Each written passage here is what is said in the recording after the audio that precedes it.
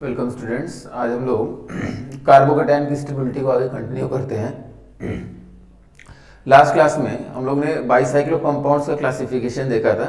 ठीक है, तो कई प्रकार से क्लासिफिकेशन की बात किया था। Spiro compounds, fused bicyclo compound, bridged bicyclo compounds. ठीक है, और फिर लास्ट में एक और इम्पॉर्टेंट ब्रेड्स रूल की बात किया था, जो कि कहता है कि भाई ब्रिज्ड बाईसाइक्लो कंपाउंड में आपका जो ब्रिजेड एटम होता है उसका हाइब्रिडाइजेशन sp2 नहीं हो सकता, वहाँ प्लेनर ज्योमेट्री अलाउड नहीं है। ठीक है, क्योंकि स्ट्रक्चर क्या होता है, रिजिड स्ट्रक्चर होता है। ठीक है, हमने समझाने की कोशिश भी की थी कि भाई ये जो ब्रिजेड एटम होते हैं, दो ब्रिजेड एटम के बीच ब्रिजिंग एटम्स आते हैं।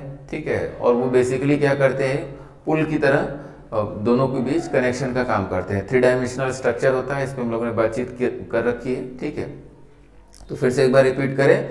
ब्रेड्स रूल क्या होता है, ब्रिज्ड बाईसाइक्लो कंपाउंड में ब्रिजहेड का हाइब्रिडाइजेशन sp2 नहीं हो सकता, वहाँ प्लेनर ज्योमेट्री अलाउड नहीं है। ठीक है, ये क्लियर हो गया। और इसके अलावा हम लोगों ने क्या डिस्कस किया कि भाई ब्रिज्ड बाईसाइक्लो कंपाउंड, फिर से रिपीट करें, ब्रिज्ड बाईसाइक्लो कंपाउंड, तो इस टाइप से कंक्लूजन ड्रॉ किया था कि भाई अगर ऐसा कंपाउंड है, यहाँ इस टाइप से बनाया है, तो यहाँ पॉजिटिव चार्ज या यहाँ डबल बॉन्ड, तो यहाँ भी sp2 हाइब्रिडाइजेशन और यहाँ भी पॉजिटिव चार्ज, मतलब क्या है, sp2 हाइब्रिडाइजेशन, तो ये भी अलाउड नहीं है और ये भी अलाउड नहीं है। ठीक है, अच्छा यहाँ एक दो चीजें इंपॉर्टेंट और समझने की कोशिश करते हैं। जैसे मान लीजिए कोई ऐसा स्ट्रक्चर बना दे, ठीक है, यहाँ नाइट्रोजन है और ठीक है यहाँ नाइट्रोजन है, 3 बॉन्ड इस प्रकार से बना हुआ है, तो क्या नाइट्रोजन ब्रिजेड एटम है? हाँ, नाइट्रोजन यहाँ क्या है, ब्रिजेड एटम है, it is a bridged bicyclo compound. समझ में आ रही बात? अगर यहाँ हम एक हाइड्रोजन लगा दें तो यहाँ पॉजिटिव चार्ज रखना पड़ेगा। ठीक है, तो यहाँ का पॉजिटिव चार्ज हो गया, तो कोई बोले कि सर यहाँ पॉजिटिव चार्ज तो नहीं हो सकता। अभी आपने पढ़ा है कि भाई ब्रिजेड एटम का हाइब्रिडाइजेशन sp2 नहीं होता, या हमने कंक्लूजन ड्रॉ कर लिया कि ब्रिजहेड पे हम पॉजिटिव चार्ज नहीं रख सकते, ऐसा कंक्लूजन ड्रॉ कर लिया? नहीं, हमने क्या बताया था, ब्रिजहेड का हाइब्रिडाइजेशन sp2 नहीं होगा। यहाँ देखिए नाइट्रोजन का अभी भी हाइब्रिडाइजेशन क्या है, sp3 हाइब्रिडाइजेशन है, पॉजिटिव चार्ज उस पर जरूर है, लेकिन उसने क्या किया, 1 2 3 4 सिग्मा बॉन्ड बनाए हैं, तो यहाँ हाइब्रिडाइजेशन अभी भी क्या है, sp2 sp3 हाइब्रिडाइजेशन, तो बिल्कुल यहाँ पॉजिटिव चार्ज की बात हो सकती है, कोई दिक्कत नहीं।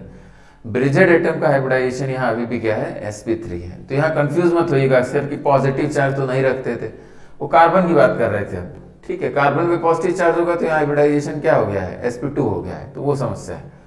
या एक और चीज समझने की कोशिश करिएगा, ये जो बाईसाइक्लो कंपाउंड का कंसेप्ट है, ठीक है, फ्यूज्ड बाईसाइक्लो कंपाउंड के लिए एप्लीकेबल नहीं है। फ्यूज्ड बाईसाइक्लो कंपाउंड हमने बताया था कि ब्रिजेड एटम, ये ब्रिजेड एटम और इन दोनों के बीच अगर 0 कार्बन का ब्रिज होगा तो उसको फ्यूज्ड बाईसाइक्लो कंपाउंड बोलेंगे। यहाँ बड़े आराम से आप यहाँ पॉजिटिव चार्ज रखिए, इसमें भी कोई समस्या नहीं है। ठीक है, यहाँ डबल बॉन्ड लगाइए, यहाँ हाइब्रिडाइजेशन sp2 कर लीजिए, इसमें भी कोई समस्या नहीं है। ठीक है, तो न तो ये फ्यूज्ड बाईसाइक्लो कंपाउंड के लिए नई इस टाइप से स्ट्रक्चर जहां हाइब्रिडाइजेशन अभी भी sp3 है, वहां भी सही है। ठीक है, हाँ, टिपिकल इस टाइप के सिस्टम में जहां हाइब्रिडाइजेशन sp2 हो जाएगा पॉजिटिव चार्ज रखने से ब्रिज्ड बाईसाइक्लो कंपाउंड में, तो वहां दिक्कत है, वहां नहीं रख सकते। ठीक है, तो इस पे हम लोग क्वेश्चन कंटिन्यू करते हैं। मेरे ख्याल से क्लियर हो गया आपको।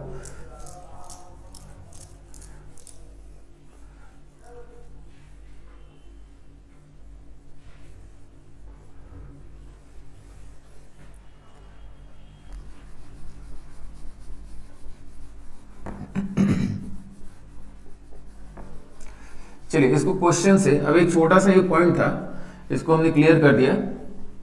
अब इसका क्या क्या एप्लीकेशन है उसको एक जगह रखा जाए, तब ये पॉइंट और क्लियर होगा, एप्लीकेशन समझा जाए। तो एप्लीकेशन में क्वेश्चन की अगर बात किया जाए, in which of the following lone pair is delocalized। ठीक है, लोन पेयर ऑन नाइट्रोजन कर लिया जाए, lone pair on nitrogen is delocalized। ठीक है, जैसे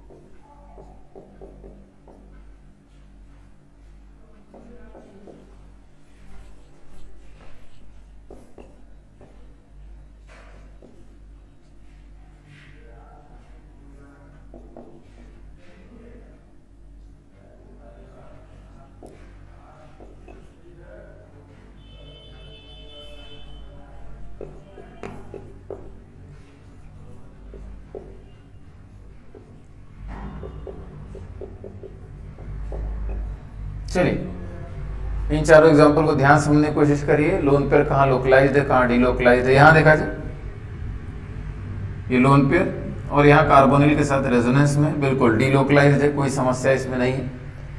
यहाँ देखा जाए नाइट्रोजन पे लोन पेयर दिख रहा है, बगल में कार्बोनिल दिख रहा है, कंजुगेशन दिख रहा है, हमने इस टाइप से डीलोकलाइज कराया, रेजोनेटिंग स्ट्रक्चर बनाया। तो रेजोनेटिंग स्ट्रक्चर में कुछ ऐसा दिखा हम लोग को, नेगेटिव चार्ज, यहाँ डबल बॉन्ड नाइट्रोजन हो गया, ठीक है, और ये इस टाइप से कनेक्शन है, ठीक है, और नाइट्रोजन पे क्या है, पॉजिटिव चार्ज है। ये रेजोनेंस डीलोकलाइजेशन आपने दिखाया।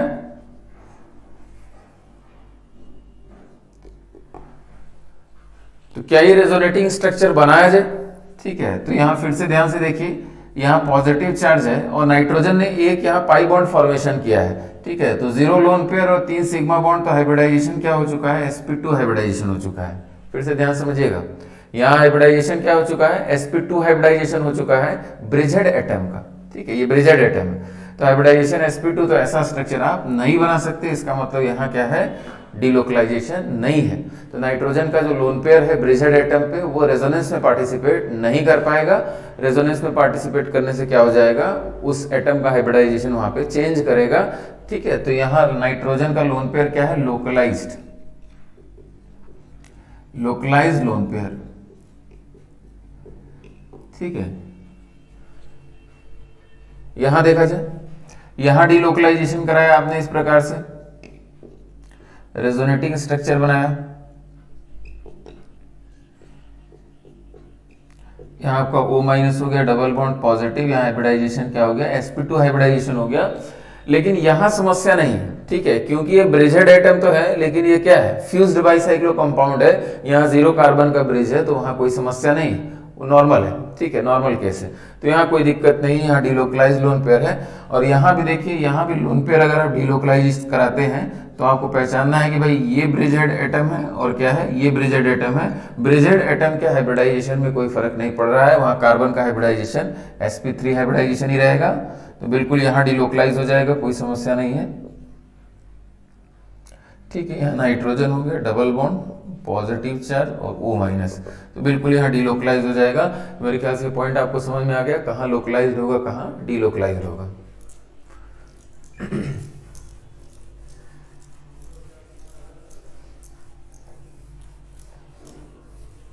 ठीक है, तो एक और पॉइंट आपने सीखा कि भाई जरूरी नहीं है जहां कंजुगेशन दिख जाए वहां रेजोनेंस हो ही जाएगा, ठीक है। यहाँ कंजुगेशन तो हमको दिख रहा है लेकिन रेजोनेंस नहीं हो रहा है, रेजोनेंस नहीं हो रहा है क्योंकि रेजोनेंस कराने में जो रेजोनेटिंग स्ट्रक्चर बन रहा है वो हाईली अनस्टेबल बन जा रहा है, उस टाइप का रेजोनेटिंग स्ट्रक्चर हम लोग नहीं बना सकते।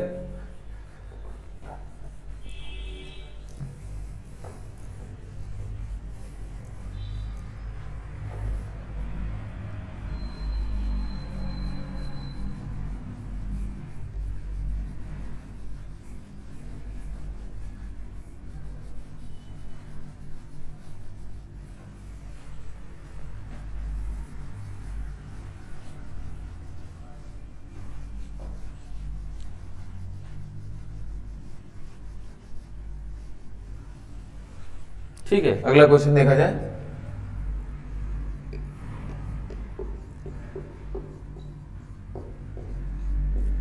Decreasing stability of carbocation, decreasing stability of carbocation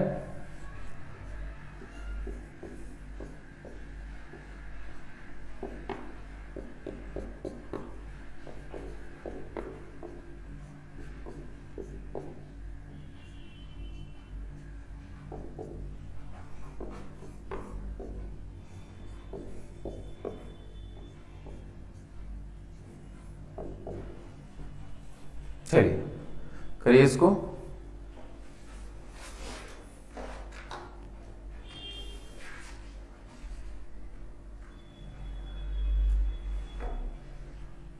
ठीक है, जल्दी करिए। Decreasing stability of carbocation. अच्छा, पहला पॉइंट तो ये समझने की कोशिश करिएगा कि आप कहेंगे सर यहाँ पॉजिटिव चार्ज अभी तो बोले नहीं रख सकते, हाँ नहीं रख सकते, ठीक है। These are highly unstable carbocations. अगर ऐसा कार्बोकैटायन कहीं बना हुआ है तो ये तीनों ही क्या है, A, B and C are highly unstable carbocations, ठीक है, नहीं बनाएंगे, ठीक है, लेकिन फिर भी अगर क्वेश्चन स्टेबिलिटी का पूछ रहा है तो ऑर्डर यहां लिखा जा सकता है। तो पहला पॉइंट तो यही है, A B and C are highly unstable carbocations, highly unstable cations, highly unstable, ठीक है। लेकिन फिर भी अगर ब्रिजहेड पे पॉजिटिव चार्ज रख के इस टाइप से अगर आपसे कंपैरिजन करता है तो यहाँ एक आपको आइडिया काम देगा कि यहाँ ये ब्रिजहेड एटम्स के बीच जितने ज्यादा ब्रिजिंग एटम्स होंगे, जितने ज्यादा ब्रिजिंग एटम्स होंगे उतना ज्यादा मॉलिक्यूल में फ्लेक्सिबिलिटी आएगी, ठीक है। जैसे ऐसे समझने की कोशिश करिए, ये आपका ब्रिजहेड एटम ढेर सारे कार्बन, यहाँ 1 2 3 4 5 6 ऐसे करके कार्बन है और इससे कनेक्शन कर दिया, तो जितनी बड़ी ये चेन होगी उतना मॉलिक्यूल में क्या होगी, फ्लेक्सिबिलिटी होगी, ठीक है। जैसे यहाँ देखिए, यहाँ से यहाँ पहुंचने में इस ब्रिज में कितने कार्बन है, एक ही कार्बन है, ठीक है। तो आप यहाँ से, ये ब्रिजहेड एटम है, यहाँ एक कार्बन है, फिर आप यहाँ पहुंच गए, ठीक है, फिर आप नीचे की तरफ पहुंच गए इस टाइप से, ठीक है। ये ब्रिजहेड एटम, तो ऐसा स्ट्रक्चर क्या होगा, बहुत रिजिड होगा, एकदम रिजिड स्ट्रक्चर है, समझ में आ रही बात। तो ये बिल्कुल भी यहाँ sp2 हाइब्रिडाइजेशन फ्लेक्सिबिलिटी बर्दाश्त नहीं कर सकता, क्योंकि स्ट्रक्चर क्या है, रिजिड है, एक ही कार्बन का यहाँ, ठीक है, ब्रिजिंग एटम दिख रहा है। लेकिन इसमें जितने ज्यादा कार्बन आप बढ़ा देंगे उतनी ज्यादा फ्लेक्सिबिलिटी आएगी मॉलिक्यूल में, तो थोड़ी बहुत स्टेबिलिटी आ जाएगी, ठीक है। तो more is the number of bridging atoms, more will be flexibility,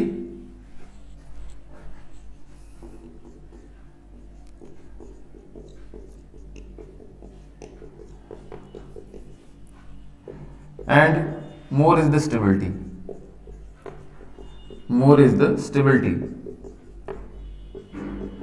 तो ऐसा नहीं कि बहुत स्टेबल हो गए, ठीक है। लेकिन रिलेटिव कंपैरिजन में यहाँ देखिए, ये तो फिक्स है, इसीलिए इसका कंपैरिजन नहीं करें, दो कार्बन के ब्रिज तो ये वाले फिक्स है, जो बीच में ये बन रहा है तो एक कार्बन का ब्रिज, 2 कार्बन का ब्रिज, और यहाँ क्या है, 1 2 3 कार्बन का ब्रिज है।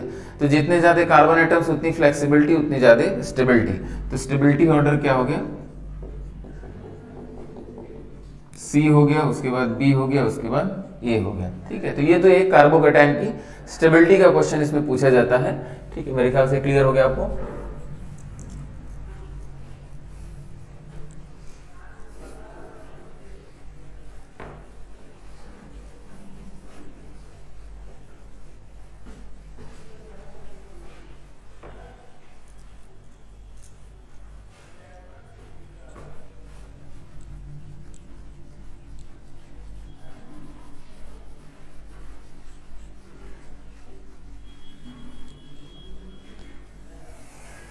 चलिए अगला एक पॉइंट समझा जाए कि जैसे मान लीजिए हम स्टेबिलिटी ऑफ एल्कीन की बात करें, स्टेबिलिटी ऑफ एल्कीन,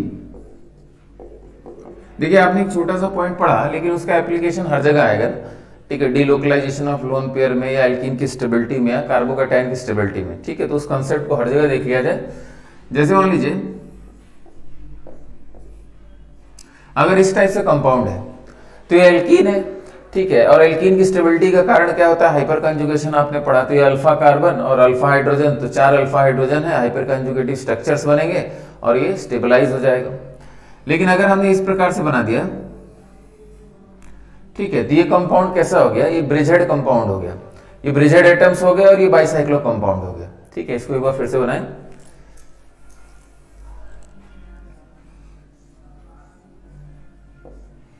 ठीक है। यहाँ डबल बॉन्ड लगा हुआ है, और यहाँ अगर मान लीजिए हमने ऐसे बना दिया या इधर से दिखाए हम, ठीक है, एक ही बात है।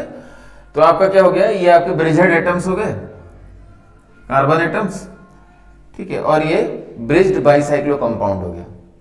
अब लेकिन देखा जाए, यहाँ हमको हाइड्रोजन तो दिख रहा है, यहाँ एक हाइड्रोजन है, यहाँ हाइड्रोजन है, तो आप अल्फा हाइड्रोजन की बात करेंगे तो बोलेंगे अल्फा हाइड्रोजन क्या है, यहाँ 2 है, ठीक है। और यहाँ हाइब्रिडाइजेशन भी क्या है, sp3 हाइब्रिडाइजेशन है, ठीक है। तो क्वेश्चन ये है कि क्या यहाँ हाइपर कंजुगेशन होगा, क्या ये एल्कीन हाइपर कंजुगेशन से स्टेबलाइज है, क्या ये 2 alpha hydrogen atom hyper conjugative structures बनाएंगे, ठीक है। तो इसको समझा जाए कि अगर मान लीजिए आपने हाइपर कंजुगेटिव स्ट्रक्चर्स बनाए, तो हाइपर कंजुगेशन में आप करते क्या थे, हाइपर कंजुगेशन में सिग्मा इलेक्ट्रॉन क्लाउड, CH का जो सिग्मा इलेक्ट्रॉन क्लाउड होता था उसी को आप डिलोकलाइज कराते थे, याद करिए। इसको डीलोकलाइज कराते थे इस प्रकार से। तो जब आपने डीलोकलाइज कराया तो यहाँ आपने H+ लिखा, यहाँ आपने डबल बॉन्ड बनाया, यहाँ नेगेटिव चार्ज आ गया, है ना, ऐसा स्ट्रक्चर बनाया आपने। तो यही समस्या दिख गई कि जो हाइपर कंजुगेटिव स्ट्रक्चर्स हैं वहां ये कार्बन का हाइब्रिडाइजेशन क्या हो गया, sp2 हो गया, तो ऐसा स्ट्रक्चर हम नहीं बना सकते, यानी हाइपर कंजुगेशन भी नहीं बना सकते। समझ में आ रही बात? ठीक है, तो फिर से ध्यान समझने की कोशिश करिएगा कि ये sigma electron cloud hyper conjugation में पार्टिसिपेट नहीं करेगा। तो bridgehead CH sigma electron cloud hyper conjugation का पार्ट नहीं हो पाएगा, क्योंकि हाइपर कंजुगेटिव स्ट्रक्चर में अगेन ब्रिजहेड एटम का हाइब्रिडाइजेशन sp2 हो जाएगा, हाईली अनस्टेबल। समझ में आ गई बात? ठीक है, तो but hyper conjugation is not possible, but hyperconjugation is not possible, but hyperconjugation is not possible, यहाँ हाइपरकंजुगेशन की पॉसिबिलिटी नहीं है। तो क्या इसको alpha hydrogen alpha carbon alpha hydrogen कहा जाए? नहीं। ठीक है, सिंपली हम कहेंगे भाई एक एल्कीन में हाइपरकंजुगेशन नहीं हो रहा है। ठीक है, ये एल्कीन हाइपरकंजुगेशन से स्टेबलाइज्ड नहीं है। ब्रिजहेड CH बॉन्ड को हम लोग हाइपरकंजुगेशन में पार्टिसिपेट नहीं करा सकते, उसके सिग्मा इलेक्ट्रॉन क्लाउड को। मेरे ख्याल से ये पॉइंट भी आपने सीख लिया। तो हम लोग अल्फा हाइड्रोजन इसको कहेंगे ही नहीं। ठीक है, ये अल्फा हाइड्रोजन हमने लिखा है, ठीक है, लेकिन अल्फा हाइड्रोजन लिखने का मकसद यहाँ क्या था कि क्या उससे हाइपर कंजुगेशन की बात की जाए? तो नहीं, हाइपर कंजुगेशन तो नहीं हो पाएगा। तो यहां भी क्वेश्चन एक कर लिया जाए, decreasing stability of alkene, decreasing stability of alkene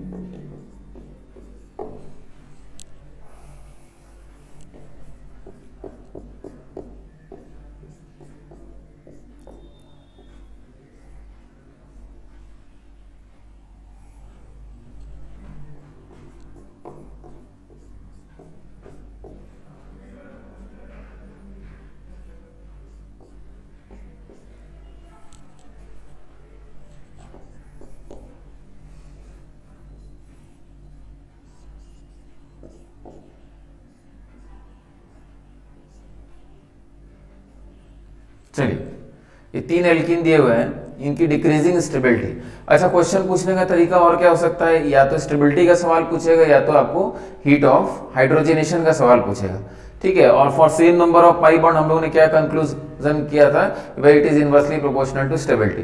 तो स्टेबिलिटी का जो ऑर्डर लिखेंगे उसी का उल्टा ऑर्डर क्या हो जाएगा? हीट ऑफ हाइड्रोजनेशन का भी ऑर्डर हो जाएगा। तो इसमें कोई समस्या है नहीं। अच्छा, अब ध्यान से समझने की कोशिश करिएगा फिर से कि ये जो एल्कीन है वो किन फैक्टर से स्टेबलाइज होगा? हाइपर कंजुगेशन की बात, यहाँ रेजोनेंस तो है नहीं, जो क्लासिकल रेजोनेंस हम लोग पढ़ते हैं, कंजुगेशन का सिस्टम है नहीं, हाँ हाइपर कंजुगेशन से स्टेबलाइज होगा। ठीक है, तो अल्फा हाइड्रोजन कितना काउंट किया जाए इसमें? तो 3 यहाँ 3 यहाँ, ठीक है, 3 3 6 अल्फा हाइड्रोजन तो हमको दिख रहा है, कोई समस्या यहाँ नहीं दिख रही है। क्या इनको भी अल्फा हाइड्रोजन के रूप में काउंट किया जाए? यहाँ CH बॉन्ड को भी अल्फा हाइड्रोजन के रूप में काउंट किया जाए? तो नहीं, यहाँ हम लोग CH बॉन्ड को सिग्मा इलेक्ट्रॉन क्लाउड, ये सिग्मा इलेक्ट्रॉन क्लाउड डिलोकलाइज नहीं होगा, तो इसको हम लोग काउंट नहीं करने जा रहे हैं। तो अल्फा हाइड्रोजन इफेक्टिवली कितना लिखेंगे? 6, क्योंकि वही हाइपर कंजुगेशन का पार्ट होने जा रहा है। समझ में आ रही बात? ठीक है, तो देखिए फिर से अपना ऐसा सवाल नहीं पूछेगा कि इसमें अल्फा हाइड्रोजन कितना है। ठीक है, ये तो अपने आप में कंट्रोवर्शियल क्वेश्चन हो गया कि भाई 3 3 6 7 1 8। ठीक है, एल्कीन की स्टेबिलिटी के रिस्पेक्ट में अल्फा हाइड्रोजन की बात अगर की जाए तो हम लोग 6 अल्फा हाइड्रोजन एटम की ही बात करेंगे। ठीक है, यहाँ अल्फा हाइड्रोजन एटम, तो ब्रिजहेड का CH sigma electron cloud participate नहीं करेगा, उसको छोड़ दिया जाए। अल्फा हाइड्रोजन कितना हो गया? 4 हो गया। इसमें अल्फा हाइड्रोजन देखिए, तो 3 इधर हो गया। ठीक है, और कोई अल्फा हाइड्रोजन दिख रहा है? नहीं। ठीक है, इसमें और अल्फा हाइड्रोजन एटम नहीं है। ठीक है, तो इसमें स्टेबिलिटी का ऑर्डर क्या हो जाएगा? स्टेबिलिटी हो जाएगा, सबसे स्टेबल A हो गया, उसके बाद क्या हो गया? B हो गया, उसके बाद क्या हो गया? C हो गया। ये स्टेबिलिटी का ऑर्डर हो जाएगा, उसका उल्टा हीट ऑफ हाइड्रोजनेशन। फिर से समझने की कोशिश करिएगा, इसको हम लोग काउंट नहीं करेंगे। ठीक है, जैसे इसमें गलती का चांस क्या हो सकता है? जैसे मान लीजिए हमने ऐसा स्ट्रक्चर बना दिया, ठीक है, ये ज्यादा बेटर क्वेश्चन होता। ऐसा स्ट्रक्चर बना दिया, यहाँ CH3 हो गया, तो आप कहेंगे सर इसमें अल्फा हाइड्रोजन तो 4 है और इसमें अल्फा हाइड्रोजन काउंट करेंगे तो 3 यहाँ, और इसको भी काउंट कर लिया 4 और इसको इधर काउंट कर लिया 5, तो आप कहेंगे ये ज्यादा स्टेबल हो गया उससे। फिर से सुनिए, अगर हमने यहाँ रिप्लेस कर दिया होता, यहाँ CH3 लगा दिया होता, तो आप कहते हैं कि भाई ये अल्फा कार्बन, ये अल्फा कार्बन, यहाँ अल्फा हाइड्रोजन है नहीं, यहाँ अल्फा हाइड्रोजन 2, यहाँ 2, यहाँ 4 हो गया। यहाँ आप कहते हैं कि भाई यार यहाँ 1 हो गया, यहाँ 1 हो गया, यहाँ 3 हो गया, 5 हो गया, नहीं, इसको काउंट करना ही नहीं है। समझ में आई बात, इसको अल्फा हाइड्रोजन के रूप में काउंट नहीं करना है। ठीक है, तो वही चीज बता रहे हैं। तो ये आपकी स्टेबिलिटी ऑर्डर हो गया। तो फिर से तो कंक्लूजन ड्रॉ किया कि ब्रिजहेड का CH sigma electron cloud hyper conjugation में पार्टिसिपेट नहीं करता है। What is the reason? क्योंकि जो हाइपर कंजुगेटिव स्ट्रक्चर बनाते हैं उसमें ब्रिजहेड का हाइब्रिडाइजेशन sp2 हो जाता है, जो कि अलाउड नहीं है। तो आगे से कभी भी कार्बोकेटाइन की स्टेबिलिटी का क्वेश्चन हो और कहीं ब्रिजहेड पे आपको कार्बोकेटाइन दिख जाए, it is highly highly unstable. ठीक है, तो मेरे ख्याल से स्टेबिलिटी ऑफ एल्कीन से भी हम लोगों ने कोरिलेट कर लिया, कार्बोकेटाइन की स्टेबिलिटी हो गई, और लोकलाइज डीलोकलाइज लोन पेयर की भी बात हम लोगों ने कर लिया। ठीक है, अब एक अलग से छोटा सा और चीज समझते हैं, साइक्लोप्रोपेन की बात करते हैं। साइक्लिक स्ट्रक्चर्स का डिस्कशन आगे चल के हम लोग कन्फर्मर्स टॉपिक पढ़ेंगे, उसमें करेंगे, लेकिन साइक्लोप्रोपेन के बारे में थोड़ा सा इंफॉर्मेशन समझ लिया जाए। ठीक है, फिर उसके एप्लीकेशन की बात कर लेंगे। जैसे साइक्लोप्रोपेन की अगर बात करें,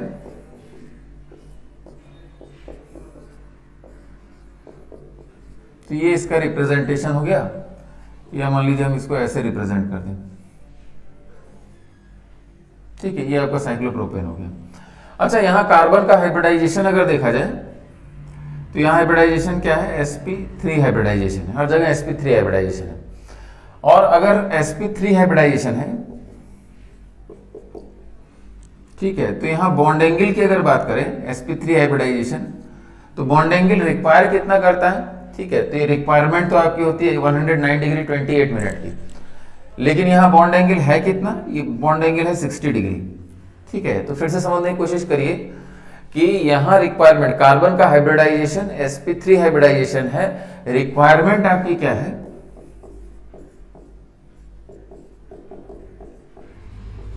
रिक्वायरमेंट आपकी 109 डिग्री 28 मिनट का है, but the bond angle is 60 degree. ठीक है, तो ये स्पेशल प्रकार की अनस्टेबिलिटी क्रिएट करता है। जितना बॉन्ड एंगल आपको चाहिए हाइब्रिडाइजेशन के अनुसार, उतना बॉन्ड एंगल न हो, उससे कम हो या उससे ज्यादा हो, तो मॉलिक्यूल क्या होगा? अनस्टेबल होगा। और इस टाइप के अनस्टेबिलिटी को हम एक नाम देते हैं एंगल स्ट्रेन। समझ में आ रही बात? तो एंगल स्ट्रेन क्या होता है? स्ट्रेन, कहीं भी स्ट्रेन शब्द आएगा तो इसका मतलब क्या है? अनस्टेबिलिटी की बात कर रहा है। तो कई प्रकार की स्ट्रेन्स होती है। ठीक है, तो उसमें से एक स्ट्रेन क्या होता है? Angle strain. ठीक है, तो there is a very large angle strain in cyclopropane and it is unstable. ठीक है, तो वेरी लार्ज एंगल स्ट्रेन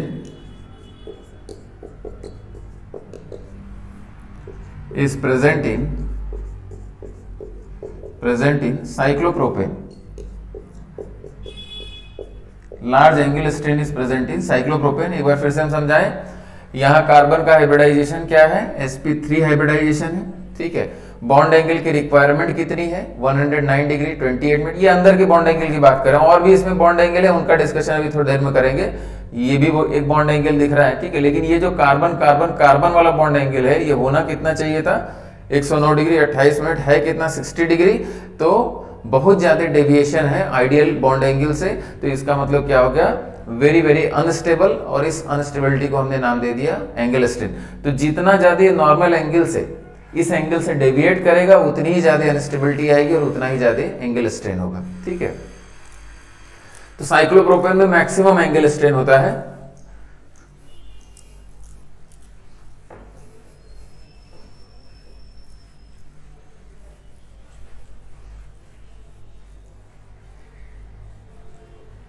अब जरा इसको समझा जाए थोड़ा सा और।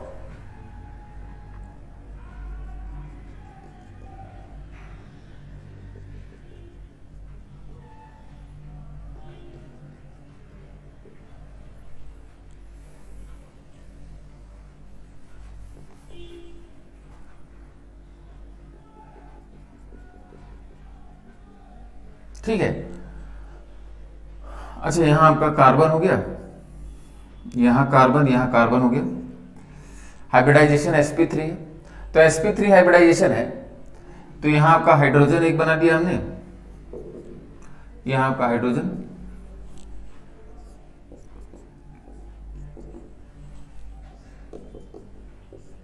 अब एक चीज समझने की कोशिश करिए कि हाइब्रिडाइजेशन अगर sp3 है तो एक चीज साइक्लोप्रोपेन की अगर बात करें तो साइक्लोप्रोपेन के ये तीनों ही कार्बन हम मान के कहां चल रहे हैं, बोर्ड के प्लेन में, ये प्लेनर स्ट्रक्चर, साइक्लोप्रोपेन के तीनों ही कार्बन क्या है, बोर्ड के प्लेन में। तो एक चीज समझने की कोशिश करिए, टेट्राहेड्रल में एक प्रॉपर्टी डिस्कस किया था कि टेट्राहेड्रल के मैक्सिमम आप 3 एटम्स को, कार्बन को लेते हुए 3 एटम्स को आप एक प्लेन में रख सकते हैं, बाकी 2 एटम्स एक प्लेन के अंदर एक प्लेन के बाहर जाएगा। तो यहाँ जैसे देखिए ये कार्बन कार्बन का बॉन्ड, ठीक है, और ये कार्बन कार्बन का बॉन्ड क्या है, बोर्ड के प्लेन में है, तो बाकी ये तब कहाँ जाएगा, तो एक को हमने मान लीजिए इनटू द प्लेन भेज दिया और दूसरे को कहाँ भेजना पड़ेगा, आउट ऑफ द प्लेन।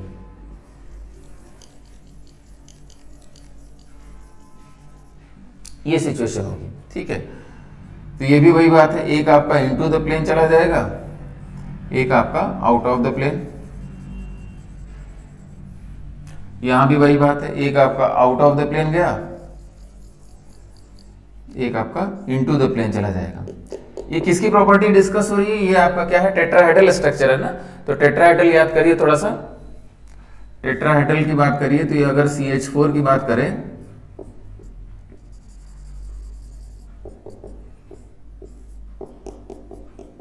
ठीक है, और बॉन्ड एंगल कितना हो गया, 109 डिग्री 28 मिनट, और हाइब्रिडाइजेशन क्या है, sp3, वही प्रॉपर्टी यहाँ भी है। तो टेट्राहेड्रल में अगर ये कार्बन, ये हाइड्रोजन बोर्ड के प्लेन में है तो एक बाहर जाएगा, दूसरा क्या होगा, अंदर जाएगा, ठीक है। मैक्सिमम 3 ही एटम्स को आप एक प्लेन में रख सकते हैं टेट्राहेड्रल ज्योमेट्री में, समझ में आ रही बात। तो ये पॉइंट पहले भी डिस्कस हुआ है, यहाँ पे फिर से, तो हमने इन तीनों कार्बन को बोर्ड के प्लेन में रखा है। अच्छा, अब यहाँ क्या है, देखिए बात समझने की कोशिश करिए, थोड़ा सा ध्यान से इसको समझिएगा, ठीक है। अगेन 3 डायमेंशनल चीजें हैं तो यहाँ समझाना थोड़ा सा मुश्किल है कि यहाँ कार्बन की अगर बात करें तो कार्बन का हाइब्रिडाइजेशन तो आपका क्या है, sp3 हाइब्रिडाइजेशन है, तो sp3 हाइब्रिडाइजेशन है, तो sp3 हाइब्रिडाइजेशन मतलब इसके पास 4 ऑर्बिटल्स हैं, हाइब्रिडाइजेशन हुआ, हाइब्रिड ऑर्बिटल्स क्रिएट हुए और 4 sp3 हाइब्रिड ऑर्बिटल क्रिएट हुए जिनका स्पेस में ओरिएंटेशन क्या है, 109 डिग्री 28 मिनट पे है, टेट्राहेड्रल ज्योमेट्री, ठीक है। समझ में आ रही बात, जैसे यही स्ट्रक्चर हमने बनाया था, तो यहां सबका ओरिएंटेशन क्या है, सब एक दूसरे से क्या है, 109 डिग्री 28 मिनट पे अपार्ट है, ठीक है। तो स्पेस में जो इनका ओरिएंटेशन है वो क्या है, 109 डिग्री 28 मिनट पे है। लेकिन आपने किया क्या है, ठीक है, आपने इसके ऑर्बिटल्स और इसके ऑर्बिटल्स को ओवरलैप कराया है, तो ओवरलैप कराया है तो यहाँ एकदम प्रॉपर ओवरलैप नहीं हो पाएगा, क्योंकि यहाँ एंगल, बॉन्ड एंगल क्या हो रहा है, चेंज हो रहा है, समझ में आ रही बात। तो बॉन्ड एंगल चेंज हो रहा है तो यहाँ प्रॉपर ओरिएंटेशन नहीं है। इसको एक बार हम बना के समझाने की कोशिश करें, जो कार्बन कार्बन का जो हाइब्रिडाइजेशन हो रहा है, सॉरी, कार्बन कार्बन के हाइब्रिड ऑर्बिटल्स का जो ओवरलैप हो रहा है, तो उसको अगर हम दिखाने की कोशिश करें,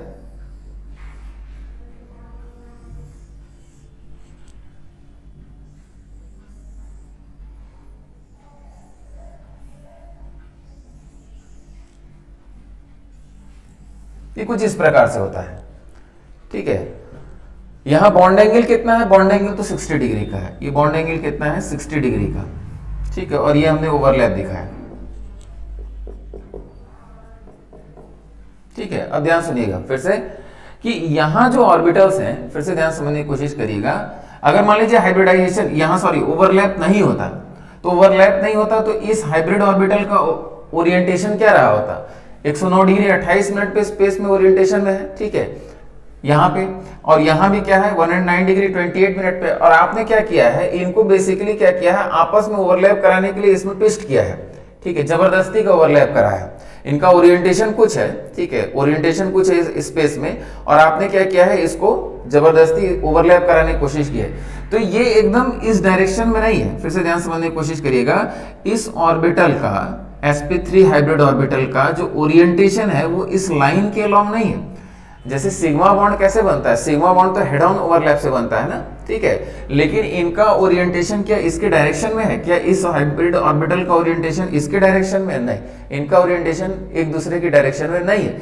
तो ये है तो सिग्मा बॉन्ड लेकिन एकदम प्रॉपर हेड ऑन ओवरलैप से नहीं बना हुआ है, ठीक है। तो इस ओवरलैप को बोलते हैं ऑफ द एक्सिस ओवरलैप, ठीक है। फिर से एक बार क्लियर करें, क्यों ये ऑफ द एक्सिस ओवरलैप हम दिखा रहे हैं, क्योंकि अगर ये 3 डायमेंशन की चीज हुई, ठीक है, आप खुद एक बार समझने की कोशिश करिएगा। यहां जो हाइब्रिडाइजेशन है वो sp3 है, जो ये sp3 हाइब्रिड ऑर्बिटल है जो ओवरलैप में यहां पार्टिसिपेट कर रहे हैं, उनका ओरिएंटेशन एक्चुअल में स्पेस में कितना रहा, 109 डिग्री 28 मिनट, ठीक है। ये एक दूसरे से कितना अपार्ट रहे होंगे, 109 डिग्री 28 मिनट, लेकिन आपने जबरदस्ती क्या किया है, इनका ओरिएंटेशन आपका क्या था, 109 डिग्री 28 मिनट का था, लेकिन जबरदस्ती आपने क्या किया है, बॉन्ड एंगल चेंज किया है, बॉन्ड एंगल चेंज किया और फाइनली एंगल कितना लेते हैं, 60 डिग्री। तो ऑर्बिटल्स को आप क्या कर रहे होंगे, ठीक है, और कंप्रेस कर रहे होंगे, तो कंप्रेस कर रहे होंगे तो एग्जैक्टली इसका ओरिएंटेशन इस लाइन के लॉन्ग नहीं है, ऑर्बिटल्स का ओवरलैप इस लाइन के लॉन्ग नहीं है, तो ये ओवरलैप को हेड ऑन ओवरलैप नहीं बोला जाता। यही पॉइंट समझाने की कोशिश कर रहे हैं। तो ये जो ओवरलैप है इसको हम अगर बोल दें overlap is not along the axis, it is off the axis, overlap is off the axis, एकदम along the axis नहीं। तो अगर off the axis है इसका मतलब थोड़ा थोड़ा क्या है, पाई बॉन्ड की तरह हो गया। जैसे पाई बॉन्ड में क्या होता है, ऐसे ऑर्बिटल्स होते हैं और ऐसे ओवरलैप हो गया, ठीक है, जबकि हेड ऑन ओवरलैप किसमें होता है, सिग्मा बॉन्ड फॉर्मेशन में। तो ये क्या ऑफ द एक्सिस ओवरलैप कुछ पाई बॉन्ड की तरह हो गया। तो इसका मतलब ये जो बॉन्ड है ये कमजोर सिग्मा बॉन्ड होता है, इसमें प्रॉपर हेड ऑन ओवरलैप नहीं होता है। तो overlap is off the axis giving less effective weak sigma bond. Overlap is off the axis और ये जो सिग्मा बॉन्ड है ये कमजोर सिग्मा बॉन्ड होता है। समझ में आ गई बात, ठीक है। अब और चीजें कुछ खास बात देखा जाए, ठीक है, यहां तक बात समझ में आ गई, ठीक है। ये साइक्लोप्रोपेन हो गया। अच्छा, बॉन्ड एंगल कोई कहे, बॉन्ड एंगल फिक्स है, बॉन्ड एंगल क्या है, 60 डिग्री है। 3 कार्बन एटम्स हैं स्पेस में और बॉन्ड एंगल मेजर किया गया, बॉन्ड एंगल तो आपका 60 डिग्री ही आएगा, ठीक है। तो स्पेस में ओरिएंटेशन इन हाइब्रिड ऑर्बिटल का अलग अलग था, आपने जबरदस्ती ओवरलैप कराने के लिए इन ऑर्बिटल्स को क्या किया, कंप्रेस किया, ठीक है। तो एकदम इस लाइन के लॉन्ग ओवरलैप ना होके ऑफ द एक्सिस ओवरलैप हुआ, जिसको हम लोग क्या बोल रहे हैं, ये ऑफ द एक्सिस, इस टाइप से, ठीक है, इस टाइप से ओवरलैप हुआ, जिसके कारण क्या हुआ, लेस इफेक्टिव सिग्मा बॉन्ड का फॉर्मेशन हुआ, या इसका जो शेप होता है वो इस प्रकार से होता है, ठीक है। तो इसको एक और नाम दिया जाता है बनाना बॉन्ड, बनाना बॉन्ड, ठीक है। एकदम ऐसे स्ट्रेट नहीं होता है, इस टाइप से कर्व हो गया, तो इसका मतलब क्या हो गया, बनाना बॉन्ड, लेस इफेक्टिव बनाना बॉन्ड या सिग्मा बॉन्ड का फॉर्मेशन हुआ। अब यहां देखिए एक चीज और ध्यान से समझने की कोशिश करिएगा, यहां हाइब्रिडाइजेशन देखिए, कार्बन का हाइब्रिडाइजेशन sp3 का क्या मतलब होता है, इसको भी समझा जाए, ठीक है। यहां हाइब्रिडाइजेशन क्या है, sp3, ठीक है। इसका मतलब ये भी हाइब्रिड ऑर्बिटल का नाम क्या है, sp3 sp3 sp3 sp3, और यहां हाइड्रोजन के साथ सपोज आपने ओवरलैप करा दिया, ठीक है। ये तो आइडियल सिचुएशन हो गई, ये आइडियल सिचुएशन हो गई, sp3 hybrid orbital, sp3 sp3 sp3 और sp3 और s का क्या हो गया, ओवरलैप हो गया इस टाइप से। लेकिन यहां सिचुएशन थोड़ी सी बदल जाती है। यहां क्या होता है, ये एंगल स्ट्रेन में कमी लाना चाह रहा है, ठीक है। यहां जबरदस्त एंगल स्ट्रेन है, एंगल रिक्वायरमेंट था 109 डिग्री 28 मिनट का, और ये एंगल स्ट्रेन में कमी लाना चाहता है, लेकिन बॉन्ड एंगल तो फिक्स है, बॉन्ड एंगल 60 डिग्री का ही रहेगा, तो एंगल स्ट्रेन में कमी ला कैसे सकता है। तो एक चीज समझने की कोशिश करिए कि हाइब्रिडाइजेशन कार्बन का या तो sp हो सकता है, या तो sp2 हो सकता है, या तो sp3 हो सकता है। यहां जो बॉन्ड एंगल की रिक्वायरमेंट होती है 180 डिग्री की, यहां बॉन्ड एंगल की रिक्वायरमेंट आपकी 120 डिग्री की, और यहां रिक्वायरमेंट क्या होती है 109 डिग्री 28 मिनट की, ठीक है। यानी एक चीज आपने समझा कि जैसे जैसे पी कैरेक्टर बढ़ रहा है मॉलिक्यूल में, जैसे जैसे पी कैरेक्टर बढ़ रहा है वैसे वैसे बॉन्ड एंगल की रिक्वायरमेंट क्या होती है, घटती जाती है। As the p character increases, angle requirement decreases, ठीक है। या दूसरे तरीके से जैसे जैसे एस कैरेक्टर बढ़ रहा है वैसे वैसे बॉन्ड एंगल क्या हो रहा है, बढ़ता चला जा रहा है, कैसे भी आप समझ सकते हैं, ठीक है। तो इधर जाने पे पी कैरेक्टर इंक्रीज करता है, ठीक है, पी कैरेक्टर इंक्रीजेस, ठीक है। तो नीचे जाने पे पी कैरेक्टर क्या हो रहा है, इंक्रीज हो रहा है, और पी कैरेक्टर इंक्रीज होने से बॉन्ड एंगल की रिक्वायरमेंट क्या हो रही है, घट रही है। तो ये मॉडिफिकेशन क्या करता है, ये अंदर के कार्बन कार्बन का ये जो बॉन्ड फॉर्मेशन हुआ है, यहां जो ये sp3 हाइब्रिड ऑर्बिटल है इसमें मोर पी कैरेक्टर भेजता है, ठीक है। तो फिर से मोर पी कैरेक्टर, ठीक है। ऑर्बिटल्स का रीडिस्ट्रीब्यूशन होता है, एस और पी कैरेक्टर का रीडिस्ट्रीब्यूशन होता है। तो इसमें अगर पी कैरेक्टर बढ़ा, देखिए फिर से समझने की कोशिश करिए, sp3 sp3 sp3 sp3 4 hybrid orbital इसने क्रिएट की। तो अगर इसमें पी कैरेक्टर बढ़ेगा तो रीडिस्ट्रीब्यूशन होगा, तो कहीं ना कहीं एस कैरेक्टर बढ़ जाएगा, ठीक है। जैसे इसमें समझने की कोशिश करिए, इसमें और इसमें से पी कैरेक्टर खींच के इसमें डाला गया, एक्स्ट्रा पी कैरेक्टर चला गया, तो इसमें क्या ऑटोमेटिक एस कैरेक्टर बढ़ जाएगा। तो यहां आपका क्या हो गया, एस कैरेक्टर बढ़ गया,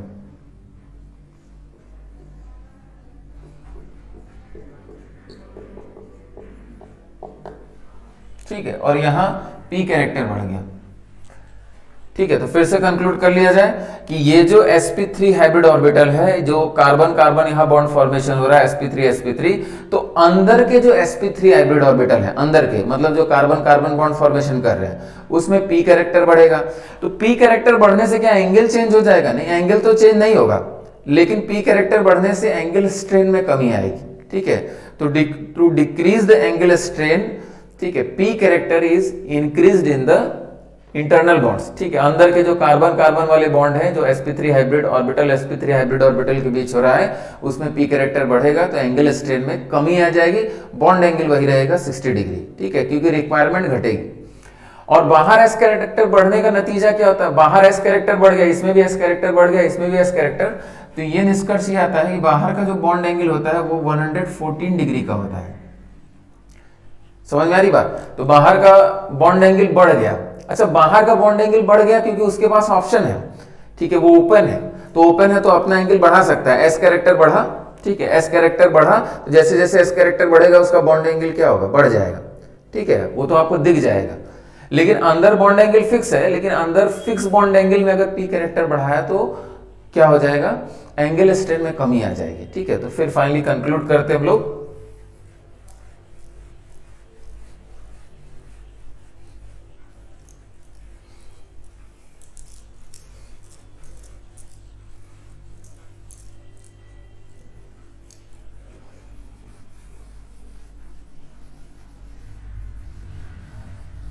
ठीक है।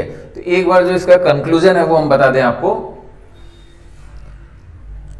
ठीक है। कंक्लूजन क्या है, यहाँ हाइब्रिडाइजेशन आपका sp3 है, ठीक है, ये ओवरलैप एलोंग द एक्सिस नहीं हो पाता है ऑर्बिटल्स का, क्योंकि क्या है, ओरिएंटेशन, ये जो sp3 हाइब्रिड ऑर्बिटल है स्पेस में ओरिएंटेशन अलग था, ठीक है, या इन दोनों का ओरिएंटेशन अलग था, आपने जबरदस्ती क्या है 60 डिग्री की बॉन्ड एंगल पे आप लेके आए हैं, ठीक है। तो इसीलिए ये जो ओवरलैप है एकदम एक्सियल ओवरलैप ना होके इस टाइप का साइडवेज ओवरलैप की तरह होता है, तो of the axis less effective banana bond का फॉर्मेशन होता है, तो एक कमजोर सिग्मा बॉन्ड है, पहला कंक्लूजन। दूसरा कंक्लूजन कि बाहर का बॉन्ड एंगल जो दिखा वो हमको 114 डिग्री का दिखता है, तो इसका एक्सप्लेनेशन क्या है कि बाहर के CH का जो सिग्मा इलेक्ट्रॉन क्लाउड है, या बाहर जो sp3 हाइब्रिड ऑर्बिटल है उसमें मोर s कैरेक्टर जाता है, ठीक है, यहाँ s कैरेक्टर बढ़ता है और यहाँ p कैरेक्टर बढ़ता है, तो truly sp3 sp3 sp3 sp3 ये नहीं रह जाते हैं, थोड़ा सा ऑर्बिटल रीडिस्ट्रीब्यूशन होता है। क्यों? क्योंकि ये एंगल स्ट्रेन में कमी लाने का ये क्या है, उपाय है। तो अंदर मोर पी कैरेक्टर, क्या अंदर मोर पी कैरेक्टर आने से ये एंगल चेंज हो गया? नहीं, एंगल तो 60 डिग्री ही रहेगा क्योंकि वो फिक्स्ड ज्योमेट्री है, ठीक है। हाँ, लेकिन क्या हो जाएगा, एंगल स्ट्रेन में थोड़ी सी कमी आएगी, जितना एंगल स्ट्रेन होना चाहिए था उससे थोड़ा सा कम हो जाएगा। तो more p character in these hybrid orbitals and more s character in CH का जो इलेक्ट्रॉन क्लाउड है या CH का जो ऑर्बिटल यहाँ है, ठीक है। अच्छा, एक बात और समझने की कोशिश करिए, ये बॉन्ड एंगल तो दिख गया, जो साइक्लोप्रोपेन की अगर बात करें, साइक्लोप्रोपेन का जो CH बॉन्ड होता है और नॉर्मल प्रोपेन, नॉर्मल प्रोपेन का जो सी एच बॉन्ड होता है, समझ में आ रही बात, तो इसकी बॉन्ड स्ट्रेंथ और इसकी बॉन्ड स्ट्रेंथ में किसकी बॉन्ड स्ट्रेंथ ज्यादा होती है, तो इसकी बॉन्ड स्ट्रेंथ ज्यादा होती है क्योंकि इसमें एस कैरेक्टर ज्यादा होता है। इसमें तो नॉर्मल sp3s का ओवरलैप ही है ना, समझ में आ रही बात, जबकि यहाँ ये s है लेकिन इसमें जो sp3 हाइब्रिड ऑर्बिटल है उसमें नॉर्मल s कैरेक्टर ही है जितना होना चाहिए था, जबकि इसमें s कैरेक्टर बढ़ चुका है। तो s कैरेक्टर बढ़ने का पता हमको कैसे चल रहा है, क्या एप्लीकेशन उसका क्या है, एक तो बॉन्ड एंगल, दूसरा क्या है कि CH bond of cyclopropane is shorter and stronger than CH bond of normal propane. तो इस बात को हम लोग लिख लेते हैं, CH bond of cyclopropane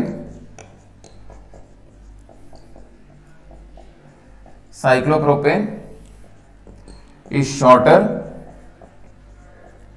and stronger than CH bond of normal propane या प्रोपेन। तो ये भी क्वेश्चन कहीं कहीं पूछा जाता है कि प्रोपेन के CH बॉन्ड और साइक्लोप्रोपेन के CH बॉन्ड में कौन मजबूत है, तो एस कैरेक्टर बढ़ने से बॉन्ड लेंथ छोटी हो जाएगी और बॉन्ड लेंथ मजबूत हो जाएगी। ठीक है, तो वही चीज है, किसी से कंपेयर करेंगे इन दोनों के कंपैरिजन में साइक्लोप्रोपेन का CH बॉन्ड मजबूत होता है।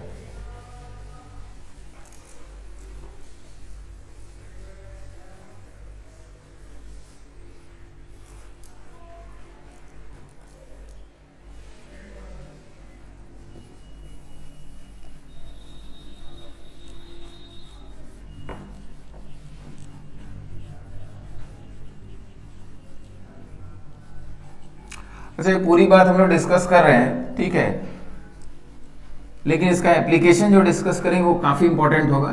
ठीक है, इसमें कहाँ तक समझे आप, ठीक है, जितना थोड़ा सा आप थ्री डायमेंशनल सोचने की कोशिश करेंगे तो इसको समझेंगे।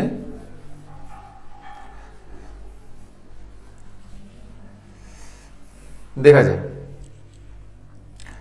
अच्छा इसको दिखाने का एक और तरीका क्या होता है, जैसे इस टाइप से हमने कार्बन दिखा दिया, एक तो हमने पूरा ऑर्बिटल डायग्राम वगैरह बना के आपको समझाने की कोशिश की। हाइड्रोजन को मान लीजिए ऐसे ही बना दिया जाए, ठीक है, एक आउट ऑफ द प्लेन एक इनटू द प्लेन होगा ही। यहां जो ऑर्बिटल्स है उनको दिखाने का एक और तरीका ये भी होता है,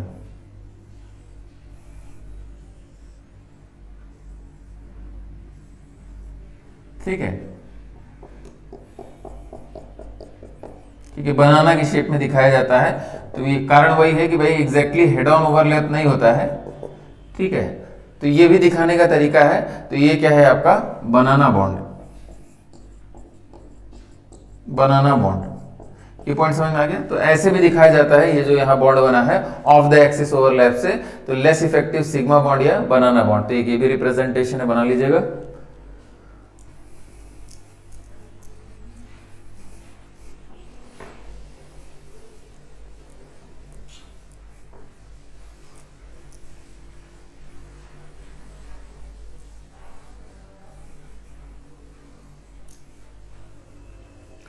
अच्छा एक चीज और, कोई कहे कि सर ऑर्बिटल्स तो थोड़ा सा ऐसे टेढ़ा आपने बनाया, ऐसे बनाया, ऐसे बनाया, ऐसे बनाया, तो बॉन्ड एंगल तो सर बढ़ ही गया होगा।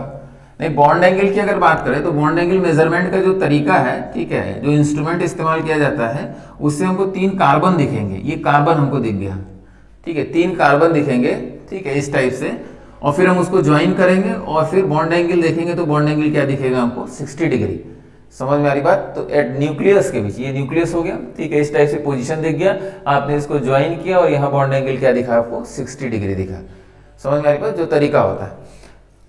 तो ये नहीं कि सर ऑर्बिटल्स थोड़ा सा इस टाइप से हो गए फिर उनके बीच बॉन्ड एंगल, ऐसा नहीं, ठीक है। तो bond angle is fixed, cyclopropane में क्या है, अंदर के बॉन्ड एंगल्स कितने हैं 60 डिग्री, और बाहर कार्बन हाइड्रोजन कार्बन का बॉन्ड एंगल कितना हो गया 114 डिग्री, और बाहर का CH बॉन्ड जो होता है वो मजबूत होता है। अब इसके एप्लीकेशन की बात किया जाए,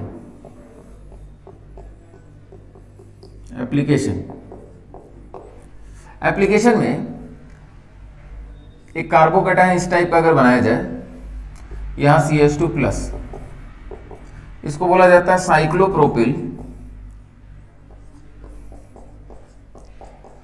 methyl cation. Cyclopropyl methyl carbocation या साइक्लोप्रोपिल मिथाइल कैटायन। तो ये जो कार्बोकैटायन है it is a very stable. अब इंपॉर्टेंट पॉइंट हम लोग डिस्कस कर रहे हैं, सारी बातें उसमें डिस्कस किया, ठीक है, लेकिन अब ये तो बिल्कुल आना चाहिए आपको। तो cyclopropyl methyl cation it is very stable cation, very stable, ठीक है, जबकि हमको इसमें स्टेबिलिटी का कोई कारण तो नहीं दिख रहा है, ठीक है। ये 1 डिग्री कार्बोकैटायन है, या अल्फा हाइड्रोजन भी कितना एक ही है, ठीक है, तो स्टेबिलिटी का बहुत कारण तो इसमें नहीं दिख रहा है। लेकिन साइक्लोप्रोपिल मिथाइल कैटायन एक्सपेरिमेंटली पाया गया, इट इज वेरी स्टेबल। तो यहाँ प्रपोज किया गया कि भाई यहाँ जो रेजोनेंस हो रहा है वो इस प्रकार से रेजोनेंस हो रहा है। जो सिग्मा बॉन्ड है तो सिग्मा बॉन्ड को आपने इस प्रकार से तोड़ दिया, सिग्मा बॉन्ड ब्रेक कर रहे हैं, जैसा कि हाइपर कंजुगेशन में करते थे, ठीक है। लेकिन यहाँ आपने कार्बन कार्बन के सिग्मा बॉन्ड को तोड़ा, यहाँ निगेटिव चार्ज आया और इसके बीच बॉन्ड फॉर्मेशन कर लिया, तो आपका स्ट्रक्चर क्या बन गया, ऐसा बन गया, ठीक है। तो ये तो आपने इधर से बॉन्ड तोड़ा, तो इधर से बॉन्ड स्ट्रक्चर बना दिया। दूसरी पॉसिबिलिटी क्या है, इसको अगर हटा दिया जाए तो दूसरी पॉसिबिलिटी में आप इसको इधर तोड़ सकते हैं, निगेटिव पॉजिटिव के बीच बॉन्ड बना दिया, यहाँ पॉजिटिव चार्ज आ गया, ठीक है। तो आपका स्ट्रक्चर क्या हो गया, इस टाइप से, ठीक है। तो इस टाइप से रेजोनेटिंग स्ट्रक्चर्स हमने बना दिए, ठीक है। यानी ये कार्बोकैटायन रेजोनेंस स्टेबलाइजर और इसके रेजोनेटिंग स्ट्रक्चर ये हो गया, ठीक है। अच्छा, ये जो कार्बोकैटायन है इसको नॉन क्लासिकल कार्बोकैटायन भी बोला जाता है, इट इज नॉन क्लासिकल, जैसा हम नॉर्मली अभी तक पढ़ रहे थे उससे कुछ हटके है, ठीक है। नॉन क्लासिकल कैटायन या नॉन क्लासिकल कार्बोकैटायन, ठीक है। और ये जो रेजोनेंस हुआ उसको हम लोग डांसिंग रेजोनेंस नाम दे देते हैं, on the basis of shape, ऐसा ही कुछ लग रहा है, ठीक है, डांसिंग रेजोनेंस, ठीक है। या कहीं कहीं नाम मिलता है flipping orbital resonance, flipping orbital resonance, ठीक है। तो डांसिंग रेजोनेंस या फ्लिपिंग ऑर्बिटल रेजोनेंस, ठीक है। अच्छा, एक चीज और समझा जाए, ठीक है। कोई कहे कि सर यहाँ ये तो सिग्मा बॉन्ड है, सिग्मा बॉन्ड तोड़ रहे हैं और आप कह रहे हैं बहुत बढ़िया रेजोनेंस हो रहा है, ये रेजोनेंस बहुत बढ़िया माना जाता है, ठीक है। क्यों ऐसा? ऐसा इसलिए क्योंकि ये जो सिग्मा बॉन्ड है ये नॉर्मल सिग्मा बॉन्ड नहीं, अभी वही डिस्कस कर रहे थे पूरा कि ये जो सिग्मा बॉन्ड दिख रहा है ये कहने के लिए सिग्मा बॉन्ड है, लेकिन इसका नेचर पाई की तरह है, इसकी टूटने की टेंडेंसी बहुत हाई है, ठीक है। इसका जो बॉन्ड एनर्जी है वो क्या काफी कम है। तो ये सिग्मा बॉन्ड अपने एंगल स्ट्रेंथ के कारण ये मौका ढूंढता है कि हम टूटे। इसको इस तरीके से भी समझने की कोशिश करिए, अगर ये टूट गया तब तो ये ओपन हो गया, और ओपन हो गया तो एंगल स्ट्रेंथ क्या हो गया, खत्म हो गया। समझ में आ रही बात? तो इसका मतलब ये मौका ढूंढ रहा है कि भाई ऐसा कुछ हो कि हम टूटे यहाँ से, ठीक है। तो यहाँ ये सिग्मा बॉन्ड तुरंत टूट के इस कार्बोकैटायन को क्या किया, स्टेबलाइज किया। एक तो ये समझने का तरीका हो सकता है। तो it is very effective in this case. जो सिग्मा बॉन्ड का रेजोनेंस होता है, सिग्मा बॉन्ड टूटने का रेजोनेंस होता है, वो हाइपर कंजुगेशन में हम लोग ने पढ़ा कि भाई इफेक्टिव नहीं होता है, लेकिन यहाँ ये बहुत ज्यादा इफेक्टिव होता है because of unstability of this cyclopropane. Cyclopropane की अनस्टेबिलिटी ही ड्राइविंग फोर्स है कि तुरंत इसको स्टेबलाइज करने की कोशिश करता है और ये सिग्मा बॉन्ड टूट के इसको स्टेबलाइज करता है। समझ में आ रही बात? तो it is very effective resonance and it is very very stable carbocation because of this extraordinary resonance, ठीक है। अच्छा, एक तो ये हो गया, आप ये रेजोनेटिंग स्ट्रक्चर बना लेंगे।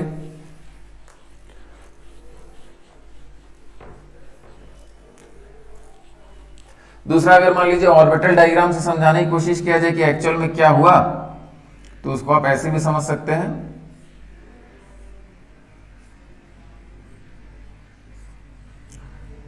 ठीक है, यहां CH2 प्लस मान लीजिए हम इस टाइप से बना दें, और यहां पॉजिटिव चार्ज है, मतलब यहां वैकेंट p ऑर्बिटल है, वैकेंट p ऑर्बिटल, ठीक है।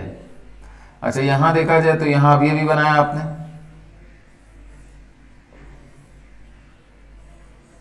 ठीक है, इस टाइप से ऑर्बिटल्स है। तो ये जो ऑर्बिटल है, ठीक है, जो यहाँ बनाना बॉन्ड फॉर्मेशन कर रहे हैं, जो यहाँ बहुत स्ट्रेन वगैरह है, सब कुछ है, ठीक है। तो ये ऑर्बिटल्स का चांस क्या है कि भाई इसके साथ ओवरलैप कर जाए, ठीक है, ये अपना इलेक्ट्रॉन क्लाउड इसमें डोनेट कर दें, और यही क्या है, रेजोनेटिंग स्ट्रक्चर्स के रूप में हमने दिखाया है। समझ में आ रही बात? ठीक है। तो ये जो ऑर्बिटल्स हैं, ठीक है, जो यहाँ रेजोनेंस में, जो यहाँ बॉन्ड फॉर्मेशन में पार्टिसिपेट कर रहे हैं, बनाना बॉन्डिंग में पार्टिसिपेट कर रहे हैं, ठीक है, तो वो क्या करेंगे, वो इसके साथ ओवरलैप कर जाए। अच्छा, ऑब्वियस सी बात है, ये p ऑर्बिटल और ये क्या होंगे, सेम प्लेन में होंगे, तो ये तो रिजिड है, ठीक है, और ये इसके प्लेन में होगा, तो आपका क्या हो जाएगा, रेजोनेंस हो जाएगा। समझ में आ रही बात? ये दोनों पैरेलल होंगे तभी ना रेजोनेंस होगा, ठीक है।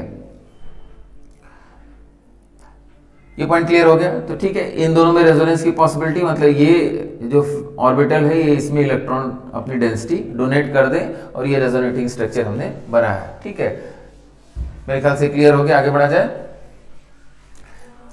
अच्छा, ये कितना स्टेबल है इस पे बात किया जाए। तो रेजोनेटिंग स्ट्रक्चर्स कैसे बनाना है, ठीक है, और उसको कैसे समझा जाए। अच्छा, इसमें पहला एक तो सवाल पूछता है कि जैसे आपने ये बना दिया, यहां CH2 प्लस, ये A हो गया, B हो गया, इस टाइप से डबल बॉन्ड, ठीक है। तो क्वेश्चन है कि A and B are resonating structures. Resonating structures, क्या A and B resonating structures है? तो हाँ, A and B are resonating structures, ठीक है। अभी आपने बनाया ना A एंड B, जैसे ये देखिए, अगर ऐसे दे तो भाई तुरंत दिमाग में स्ट्राइक नहीं करता है। इसका स्ट्रक्चर बेसिकली क्या है, इसको तोड़ के जो आपने स्ट्रक्चर बनाया था वो बेसिकली क्या था, ये स्ट्रक्चर बनाया था, ठीक है। और ये दोनों स्ट्रक्चर क्या है, सेम स्ट्रक्चर है। ये पॉइंट समझ में आ रहा है? ये दोनों स्ट्रक्चर क्या है, CH2 double bond CH CH2 और CH2 प्लस, ठीक है। तो CH2 double bond CH CH2 CH2 plus, ठीक है। ये पॉइंट क्लियर हो गया। ये दोनों क्या है, सेम है। तो इस टाइप से ओपन करके लिख दे तो दिमाग में स्ट्राइक नहीं करता है, क्योंकि हम ऐसे ही बनाने की हैबिट डेवलप कर लेते हैं। तो बिल्कुल A and B are resonating structure. Point clear हो गया। अच्छा, अब अगला पॉइंट देखा जाए।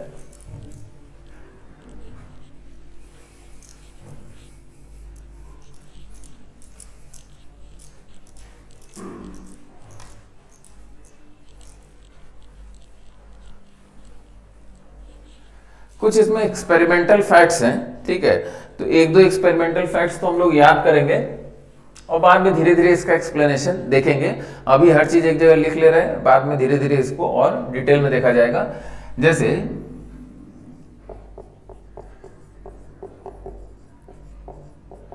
एक्सपेरिमेंटल फैक्ट्स में पहला फैक्ट हम लोग लिखेंगे कि cyclopropyl methyl cation is very stable cation, और ये एक रेजोनेंस स्टेबलाइज कार्बोकैटायन से भी ज्यादा स्टेबल होता है, ठीक है। यहां ये क्या है, ये फिनाइल कैटायन नहीं, benzyl cation, benzyl cation, benzyl carbocation. और ये क्या है, cyclopropyl methyl cation, cyclopropyl methyl cation, ठीक है। साइक्लोप्रोपिल मिथाइल कैटायन और बेंजिल कैटायन। तो आप बोलेंगे सर ये तो रेजोनेंस स्टेबलाइजर, देखिए इसके रेजोनेटिंग स्ट्रक्चर हम बनाएंगे, 5-5 रेजोनेटिंग स्ट्रक्चर बनेंगे, ठीक है, सारी बातें हैं।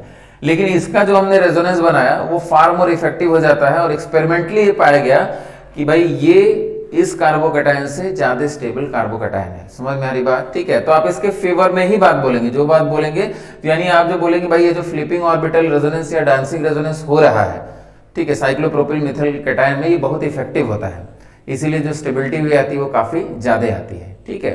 तो आप इसके फेवर में ही जो बोलना होगा वो बोलेंगे, ठीक है, क्योंकि एक्सपेरिमेंटली तो यही पाया गया है। तो इसको आप याद भी रखेंगे। दूसरा,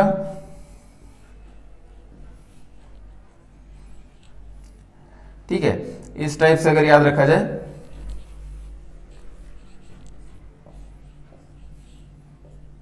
चलिए ये जो पॉइंट है यहां पॉजिटिव और यहां डबल बॉन्ड पॉजिटिव, ठीक है, ये इससे ज्यादा स्टेबल है, ठीक है। अभी इसको याद कर लीजिए, आगे चल के इसको एक्सप्लेन करेंगे तो हम लोग आगे चल के एक टर्म पढ़ेंगे एरोमेटिक, ठीक है। एरोमेटिसिटी भी स्टेबिलिटी का एक क्राइटेरिया होता है। तो ये कार्बोकैटायन एरोमेटिक है, ठीक है, इट इज एरोमेटिक। तो अभी इसको हम ब्रैकेट में लिखते हैं, इट इज एरोमेटिक, ठीक है। तो एरोमेटिक होने से मॉलिक्यूल एक्स्ट्रा स्टेबल होता है, ठीक है। तो अभी ये इंफॉर्मेशन याद रखिएगा, कैसे एरोमेटिक है, क्यों एरोमेटिक है, ये सब चीजें हम एक्सप्लेन करेंगे आगे चल के। लेकिन एक चीज कि एरोमेटिक अगर कोई कंपाउंड है तो उसके अंदर एक्स्ट्रा स्टेबिलिटी होती है। तो ये एरोमेटिक है, एक्स्ट्रा स्टेबल है, लेकिन फिर भी इससे ज्यादा स्टेबल कार्बोकैटायन क्या है, साइक्लोप्रोपिल मिथाइल कैटायन। तो ये अभी के लिए याद कर लीजिए, ठीक है, बाद में फर्दर इसको एक्सप्लेन करेंगे हम।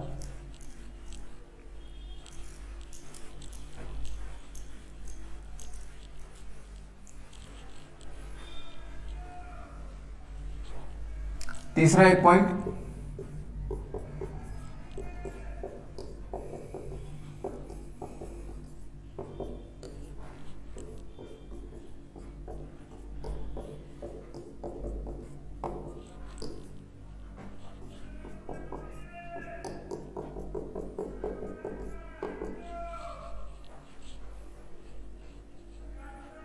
ठीक है, ये भी एक एक्सपेरिमेंटल फैक्ट की तरह ही याद रखिएगा। अब इसमें क्या खास बात है, ये थोड़ा इंपॉर्टेंट भी है। एक्सपेरिमेंटल फैक्ट क्या है कि जैसे आपसे कोई बोले कि भाई ये कार्बोकैटायन किस फैक्टर से स्टेबलाइज है, तो आप बोलेंगे हाइपर कंजुगेशन एंड प्लस आई। और हाइपर कंजुगेशन में अल्फा हाइड्रोजन कितना है, 9 alpha hydrogen, maximum alpha hydrogen हो सकते हैं फॉर अ कैटायन। ठीक है, किसी कैटायन के लिए मैक्सिमम कितने अल्फा हाइड्रोजन हो सकते हैं, तो 9 से ज्यादा तो नहीं होगा। समझ में आ रही बात। तो मैक्सिमम एक्सटेंट हाइपर कंजुगेशन का इसमें लगा हुआ है और इसको स्टेबलाइज कर रहा है। जबकि ये रेजोनेंस स्टेबलाइज है, मोर रेजोनेटिंग स्ट्रक्चर, और यहाँ क्या है, इक्विवेलेंट रेजोनेटिंग स्ट्रक्चर्स है। इसके विषय में भी एक अच्छी बात क्या है, दो ही रेजोनेटिंग स्ट्रक्चर है लेकिन दोनों क्या है, इक्विवेलेंट है। लेकिन एक्सपेरिमेंटली ये पाया गया कि extent of hyper conjugation in this particular case dominates and this carbocation is very stable carbocation and it is even more stable than the resonance stabilized benzyl carbocation. समझ में आ रही बात। और यहाँ इसको अगर कंपेयर करेंगे तो यहाँ दो ही रेजोनेटिंग स्ट्रक्चर बने, यहाँ ज्यादा रेजोनेटिंग स्ट्रक्चर बने। लेकिन जनरल कंसेप्ट क्या होता है, जनरल कंसेप्ट ये होता है कि इक्विवेलेंट रेजोनेटिंग स्ट्रक्चर का होना बहुत अच्छी बात होती है। ठीक है, इक्विवेलेंट रेजोनेटिंग स्ट्रक्चर, इसका रेजोनेटिंग स्ट्रक्चर बनाएंगे तो क्या होगा, इक्विवेलेंट होगा। लेकिन फिर भी एक्सपेरिमेंटली ये पाया गया कि यहाँ नंबर ऑफ रेजोनेटिंग स्ट्रक्चर ज्यादा होने के कारण, ठीक है, benzyl cation is more stable than this allyl carbocation. Allyl cation या allyl carbocation, this is benzyl cation.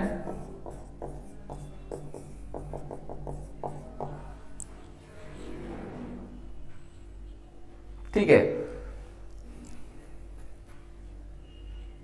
और इसको नाम क्या दे देंगे, tertiary butyl cation. Tertiary butyl cation या कार्बोकैटायन। ठीक है, तो फिर से एक चीज फिर से हम क्लियर करें, रेजोनेंस स्टेबलाइज। देखिए आपने बार बार हमने शुरू से क्या बढ़ाया है कि स्ट्रेंथ ऑफ इफेक्ट में सबसे मजबूत इफेक्ट क्या होता है, रेजोनेंस, उसके बाद इंडक्टिव इफेक्ट, उसके बाद हाइपर कंजुगेशन। ये तो आपको हमेशा ही दिमाग में याद रखना है और 99.9 केसेस में आपको यही काम आएगा कि रेजोनेंस, उसके बाद हाइपर कंजुगेशन, उसके बाद इंडक्टिव इफेक्ट। ठीक है, ये आपको हमेशा याद रखना। उसमें एक एक्सेप्शन याद कराया था, हैलोजेंस में plus R minus I dominate करता है। एक और यहाँ एक्सेप्शनल पॉइंट बता रहे हैं, ठीक है, क्या कि हाइपर कंजुगेशन में भी जब अल्फा हाइड्रोजन 9 हो जाता है तो पर्टिकुलरली इस कार्बोकैटायन की तुलना में ज्यादा स्टेबल हो जाता है। तो ऐसा दिमाग में मत बैठा लीजिएगा कि कहीं सर अब तो ये कंफ्यूजन हो गया कि कहीं हाइपर कंजुगेशन अल्फा हाइड्रोजन ज्यादा है और कोई रेजोनेंस स्टेबलाइज्ड है, तो आप कैसे कंपेयर करेंगे। ठीक है, तो हमेशा ही रेजोनेंस स्टेबलाइज कार्बोकैटायन ज्यादा स्टेबल होगा in comparison to hyper conjugation से स्टेबलाइज कार्बोकैटायन के लिए। ठीक है, इस पर्टिकुलर एग्जांपल को बस दिमाग में बैठा लीजिएगा कि अगर बेंजिल कैटायन आता है और टर्शरी ब्यूटाइल कैटायन आता है तो tertiary butyl cation is more stable because of the 9 alpha hydrogen atom. Number का इफेक्ट बहुत तेजी से आगे बढ़ने लगता है। ठीक है, तो इसके विषय में एक ही इसके फेवर में बात बोला जा सकता है कि भाई हाइपर कंजुगेशन जैसे 8 हाइपर कंजुगेटिव स्ट्रक्चर और 9 हाइपर कंजुगेटिव स्ट्रक्चर, तो नंबर बढ़ने से तेजी से इफेक्ट उसका क्या हो गया, मल्टीप्लाई हो गया, स्टेबिलिटी का इफेक्ट। समझ में आ रही बात। तो ये 9 आने से कुछ खास बात हो गई और ये ज्यादा स्टेबल हो गया इससे भी। ठीक है, बस ऐसे ही इसको याद कर लीजिएगा। बाकी कभी भी रेजोनेंस स्टेबलाइज कार्बोकैटायन को ऊपर रखेंगे in comparison to hyper conjugation से स्टेबलाइज कार्बोकैटायन। ठीक है, तो tertiary butyl carbocation is more stable than benzyl carbocation और benzyl cation is more stable than allyl cation. यहां भी थोड़ा सा हम लोग नॉर्मल रूल से डेविएट कर रहे हैं। मोर number of resonating structure, equivalent resonating structure, और इक्विवेलेंट रेजोनेटिंग स्ट्रक्चर एक बहुत अच्छी बात होती है, लेकिन यहाँ नंबर ऑफ रेजोनेटिंग स्ट्रक्चर्स का डोमिनेंस मिलता है। ठीक है, तो इसको याद रखिएगा और इसके फेवर में ही हम लोग बातें करेंगे।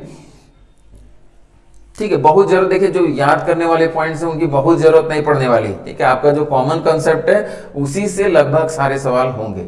ठीक है, तो ये नहीं कि इस सवाल के चक्कर में अपना कॉमन कंसेप्ट छोड़ दिए कि अब तो हम कंफ्यूज हो गए। ठीक है, नहीं, इस एग्जाम्पल को बस पर्टिकुलर याद रखिएगा। बाकी जनरल कंसेप्ट, रेजोनेंस स्टेबलाइजेशन सबसे ऊपर, उसके बाद हाइपर कंजुगेशन, उसके बाद इंडक्टिव इफेक्ट।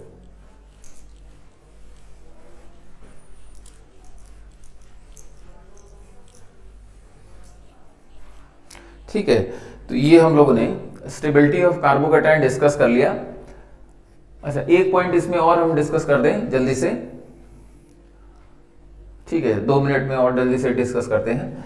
जैसे आप थोड़ा जल्दी से समझिएगा, जैसे ए और बी एटम्स है, और ये सिंगल बॉन्ड या एक स्टिक से आपने कनेक्टेड कर दिया है। एक आपने छड़ी ली और ए और बी एक सिलेंड्रिकल बॉल्स है, सॉरी स्फेरिकल बॉल्स है, तो आपने इसको क्या कर दिया, कनेक्ट कर दिया, या कुछ भी है, ए और बी दो एटम्स है जिनको कनेक्ट कर दिया।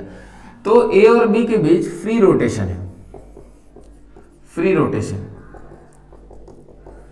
ठीक है, फिर से समझने की कोशिश करिए। जो सिग्मा बॉन्ड होता है, इसको डायरेक्ट समझिए। सिग्मा बॉन्ड क्या होता है, हेड ऑन ओवरलैप से बनता है, हेड ऑन ओवरलैप। तो आप यहां अगर मान लीजिए चीजों को रोटेट भी कर रहे हैं, इस बॉन्ड को रोटेट कर रहे हैं, तो बॉन्ड रोटेट करने से क्या यहां बॉन्ड टूट जाएगा, यहां बॉन्ड टूटेगा नहीं, रोटेट करेंगे बॉन्ड नहीं टूटेगा। यहां रोटेशन करेंगे तो उससे ओवरलैप अफेक्टेड नहीं होगा। जो सिग्मा बॉन्ड होता है वो हेड ऑन ओवरलैप से, यहां रोटेट करेंगे तब पर भी इनके बीच का बॉन्ड नहीं टूटेगा। तो free rotation is possible across sigma bond, across sigma bond, free rotation is possible across sigma bond। ये पॉइंट क्लियर हुआ। लेकिन जैसे ही आपने एक और बॉन्ड बना दिया, जैसे एक बॉन्ड तो था ही, एक और बॉन्ड लगा दिया, समझ में आई बात, पाई बॉन्ड, ठीक है। या मान लीजिए ए और बी को आपने दो स्टिक से कनेक्ट कर दिया, तो अब दो स्टिक से कनेक्ट कर दिया तो क्या आप इसको घुमा सकते हैं, ठीक है। फ्री रोटेशन क्या पॉसिबल है, यहां इस टाइप से इसको घुमा सकते हैं, नहीं, ठीक है। इसको फिर से जरा समझने की कोशिश किया जाए। जैसे पहला बॉन्ड तो आपका सिग्मा बॉन्ड था, फ्री रोटेशन करा रहे थे, कोई दिक्कत नहीं है, ठीक है। लेकिन जैसे ही एक और अटैचमेंट कर दिया, एक और अटैचमेंट कर दिया, अब आप चीजों को फ्री रोटेशन नहीं करा पाएंगे, क्योंकि फ्री रोटेशन कराने से क्या हो जाएगा, एक बॉन्ड टूट जाएगा, ठीक है। तो यहां एक बार फिर से इसको एक्सप्लेन करें, इसको यहां से डायरेक्ट ऐसे समझिए, ठीक है। मान लीजिए यहां हमने, ठीक है, ये आपका सिग्मा बॉन्ड है, तो सिग्मा बॉन्ड के क्रॉस फ्री रोटेशन करिए, कोई फर्क नहीं पड़ेगा। लेकिन जैसे ही आपने एक और बॉन्ड बनाया, एक और बॉन्ड कैसे बनाया, ये बॉन्ड, ठीक है, पाई बॉन्ड, ठीक है, पाई बॉन्ड बनाया या एक्स्ट्रा एक और अटैचमेंट कर दिया, ठीक है। अब यहां क्या है, restricted rotation, free rotation not possible, क्योंकि अगर आप इसको मोड़ेंगे तो ये ओवरलैप क्या हो जाएगा, टूट जाएगा, आप इसको मोड़ नहीं सकते, ठीक है। तो फ्री रोटेशन नॉट पॉसिबल, ठीक है। तो अगर सिंगल अटैचमेंट है दो एटम्स के बीच तो फ्री रोटेशन पॉसिबल है, लेकिन एक से ज्यादा अटैचमेंट अगर कर दिया तो free rotation is not possible. और मॉलिक्यूल के सेंस में केवल सिग्मा बॉन्ड है तो फ्री रोटेशन है, और एक एक्स्ट्रा बॉन्ड या पाई बॉन्ड बन गया तो free rotation is not possible, rotation is restricted. आप प्रैक्टिकली इसको समझ भी सकते हैं, दो बॉल लीजिए, ठीक है, उसमें एक सिंगल स्टिक दोनों में इंसर्ट कर दीजिए और रोटेट करिए, कोई दिक्कत नहीं। लेकिन दो स्टिक आप इंसर्ट कर दीजिए और दो बॉल है आपके पास, तब आप फ्री रोटेशन नहीं कर सकते, बॉन्ड आपका टूट जाएगा, ठीक है। वही चीज एग्जाम्पल है।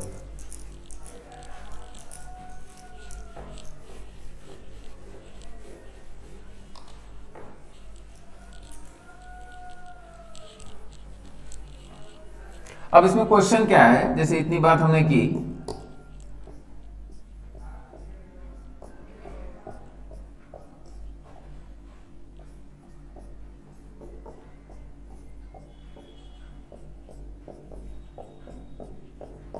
ठीक है, यहां पॉजिटिव चार्ज, ये आपका ए स्ट्रक्चर हो गया,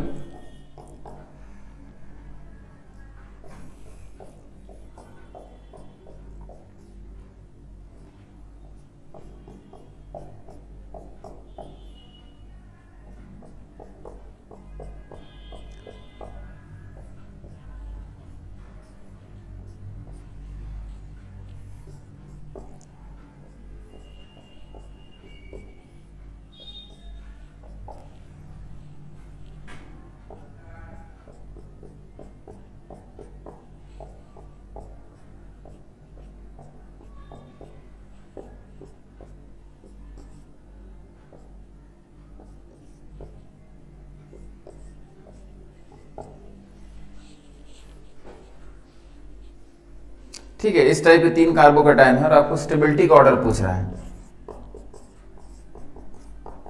स्टेबिलिटी का ऑर्डर पूछ रहा है, ठीक है। तो इसमें जो स्टेबिलिटी का ऑर्डर आता है, C is more stable then B और B is far more stable then A, ठीक है। ऐसा क्यों है, इसको डायरेक्ट अगर आप समझाएं,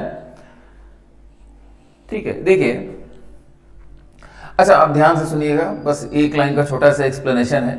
यहाँ हाइब्रिडाइजेशन sp2 है, एक वैकेंट p ऑर्बिटल है, वैकेंट p ऑर्बिटल इसके परपेंडिकुलर है, ये आपका वैकेंट p ऑर्बिटल है। समझ में आ रही बात? ये वैकेंट p ऑर्बिटल इस बेंजीन के साथ रेजोनेंस करेगा। ठीक है, बेंजीन के साथ रेजोनेंस करने का मतलब यहाँ जो p ऑर्बिटल हैं जो पाई बॉन्ड फॉर्मेशन में इन्वॉल्व हैं, जो बोर्ड के परपेंडिकुलर हैं, उनके साथ इसका ओवरलैप होगा। और उनके साथ ओवरलैप करने के लिए कंडीशन क्या होगी कि ये जो p ऑर्बिटल है और इसका जो p ऑर्बिटल है वो आपस में पैरेलल होने चाहिए। ठीक है, इसके p ऑर्बिटल पैरेलल होने चाहिए, इसके p ऑर्बिटल पैरेलल होने चाहिए, तभी ओवरलैप होगा। कहने का मतलब कि ये बेंजीन बोर्ड के प्लेन में, ये बोर्ड के प्लेन में, ये बोर्ड के प्लेन में होगा, तो उसका ये जो p ऑर्बिटल होगा वो परपेंडिकुलर प्लेन में होगा और ये दोनों आपस में पैरेलल हो जाएंगे, ओवरलैप करेंगे। बहुत बढ़िया। ठीक है, तो पॉजिटिव चार्ज इधर भी डिलोकलाइज, इधर भी डिलोकलाइज, इधर भी डिलोकलाइज। अब समस्या आई। समस्या क्या है कि जब ये तीन बेंजीन रिंग को आप बोर्ड के प्लेन में रखेंगे तो there is a steric hindrance. Steric hindrance क्या होता है? अलग अलग जगहों पे अलग अलग मतलब होता है। यहाँ स्टेरिक हिंड्रेंस का मतलब ये बेंजीन इस बेंजीन को रिपल्शन करेगा, इसके इलेक्ट्रॉन क्लाउड इसके इलेक्ट्रॉन क्लाउड को रिपल्शन करेंगे। ठीक है, अगर ये तीनों को एक प्लेन में रख देंगे तो भीड़ बढ़ जाएगी, और भीड़ बढ़ जाने का मतलब इलेक्ट्रॉन क्लाउड अगर एक ही प्लेन में सब आ गए तो इसका मतलब ये एक दूसरे को रिपल्शन करेंगे। समझ में आ रही बात? तो होता क्या है एक्चुअल में, ठीक है, कि ये तीनों बेंजीन रिंग अगर एक ही प्लेन में होंगे तो यहाँ क्या होगी, भीड़ बढ़ेगी और स्टेरिक हिंड्रेंस होगा। और स्टेरिक हिंड्रेंस से यहाँ बचने का, स्टेरिक हिंड्रेंस के बारे में बहुत बात करेंगे लेकिन आगे चल के। ठीक है, तो स्टेरिक हिंड्रेंस से बचने का उपाय क्या है कि इसके अबाउट ये क्या करते हैं, थोड़े थोड़े रोटेट कर जाते हैं। ठीक है, रोटेट करके ये क्या करता है, ये इस प्लेन में एग्जैक्टली ना होके थोड़ा सा टेढ़ा हो जाता है। समझ में आ रही बात? ये भी इस प्लेन में रखे, क्योंकि देखिए यहाँ सिग्मा बॉन्ड है और सिग्मा बॉन्ड के राउंड फ्री रोटेशन होता है। तो रोटेशन मतलब ये बेंजीन रिंग इस प्लेन में है, ये बेंजीन रिंग घूम रही है घूम रही है घूम रही है, फिर घूम के इस प्लेन में आई, तो इस टाइप का यहाँ फ्री रोटेशन एक चल रहा है। समझ में आ रही बात? और इस प्लेन में आने की इन तीनों बेंजीन रिंग की टेंडेंसी कम हो जाती है। ठीक है, इस प्लेन में नहीं आना चाहते हैं, क्योंकि तीनों एक प्लेन में होंगे तो यहाँ क्या हो जाएगी, भीड़ बढ़ जाएगी। ठीक है, तो ये थोड़ा सा रोटेट कर जाता है, टिल्ट कर जाता है। जैसे आप इसका सबसे बढ़िया एग्जांपल क्या होता है कि कूलर का जो आपने पंखा देखा होगा, तो कूलर के पंखे तीनों स्ट्रेट नहीं होते, एकदम एक प्लेन में नहीं होते, थोड़े थोड़े क्या होते हैं, टेढ़े होते हैं। समझ में आ गया? कूलर का पंखा इस टाइप से नहीं होता है, थोड़ा थोड़ा क्या होता है, टेढ़ा होता है। ठीक है, ये पॉइंट समझ में आ रहा है? जो कूलर का पंखा होता है वो इस टाइप से नहीं, थोड़ा सा क्या होता है, टेढ़ा होता है। ठीक है, तो तीनों ही पंखे आप देखेंगे तो थोड़े थोड़े टेढ़े होते हैं, उसको प्रोपेलर शेप बोला जाता है, और इसका भी एक्चुअल में स्ट्रक्चर क्या होता है, प्रोपेलर शेप। ठीक है, तो ड्यू टू स्टेरिक हिंड्रेंस, क्या लिख लेते हैं, due to steric hindrance. Steric hindrance क्या होता है, इलेक्ट्रॉन क्लाउड की जो भीड़ हो रही है, ठीक है, उसके कारण जो रिपल्शन हो रहा है उसको स्टेरिक हिंड्रेंस बोल रहे हैं। तो due to steric hindrance the three फिनाइल्स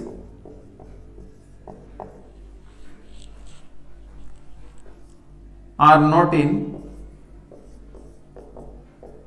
one plane. ठीक है, they rotate slightly, they rotate and adopt propeller shape. propeller shape. ठीक है, तो यहां फिर से समझा जाए, ये बेंजीन इस बोर्ड के प्लेन में नहीं रह जाता है। ठीक है, थोड़ा सा रोटेट कर जाता है जैसे कूलर का पंखा होता है। ठीक है, और ये अगर रोटेट कर रहा है, बेंजीन अगर रोटेट कर रहा है तो उसके ऑर्बिटल्स भी रोटेट कर रहे हैं। समझ में आ रही बात? तो बेंजीन के रोटेशन का मतलब यहाँ जो p ऑर्बिटल अगर ये प्लेन में होता तो p ऑर्बिटल इस प्रकार से था, इसका p ऑर्बिटल इस प्रकार से था। अगर ये रोटेट कर गया तो इसका p ऑर्बिटल क्या हो गया, थोड़ा टेढ़ा हो जाएगा इस प्रकार से, क्योंकि बेंजीन ही टेढ़ी होगी, बेंजीन इस प्रकार से हो गई, तो इसका p ऑर्बिटल भी इस डायरेक्शन में थोड़ा सा हो जाएगा, और ये p ऑर्बिटल तो यही है। तो क्या इसके बीच इफेक्टिव ओवरलैप हो पाएगा? नहीं। एक ऑर्बिटल तो आपका इस प्रकार से है, ठीक है, प्योर p ऑर्बिटल कार्बोकैटायन का, दूसरा p ऑर्बिटल थोड़ा सा क्या कर गया, रोटेट कर गया, क्योंकि बेंजीन रोटेट कर गई। अब इसमें इफेक्टिव ओवरलैप नहीं हो पाएगा, एकदम पैरेलल ये नहीं रह गए। तो ये बेंजीन इस कार्बोकैटायन को जितना रेजोनेंस स्टेबलाइजेशन देना चाहिए था उतना स्टेबलाइजेशन नहीं करा पाता है। ठीक है, because they are not coplanar. The coplanarity of these three benzene ring with the cation is lost. ठीक है, तो यहां एक और पॉइंट लिख लेते हैं। So coplanarity of the 3-phenyl is lost and resonance stabilization is less effective. Resonance stabilization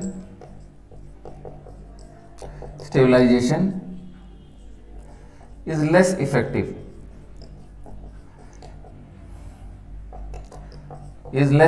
तो जितना रेजोनेंस स्टेबलाइजेशन 3 बेंजीन रिंग को देना चाहिए था कैटायन को, उतना नहीं दे पाते हैं, क्योंकि थोड़े थोड़े टेढ़े हो जाते हैं, इनके ऑर्बिटल्स भी थोड़ा थोड़ा टेढ़े हो जाते हैं। ऑर्बिटल्स टेढ़े होने का मतलब कि भाई ये पी ऑर्बिटल अब प्योर पैरेलल तो नहीं रह गया, पैरेलल नहीं रह गया तो क्या हो गया, लेस इफेक्टिव रेजोनेंस हो गया। ठीक है, अच्छा यहां क्या है, यहां मजबूरी हो गई। यहां मजबूरी क्या हो गई, देखिए फिर से ध्यान समझिए, अभी जो रिस्ट्रिक्टेड रोटेशन वाला कंसेप्ट समझा रहे थे, यहां क्या फ्री रोटेशन हो पाएगा, नहीं, क्योंकि ये 2 जगह से और बंधा हुआ है। ठीक है, यहां से आपने क्या किया इसको, ठीक है, इसको थोड़ा सा सुधार लेते हैं, ये आपका यहां पे अटैच है। ठीक है, ये ठीक है, ये सुधार लीजिएगा, यहाँ तो ऑलरेडी 4 बॉन्ड बने हुए। ठीक है, यहां बना लीजिएगा।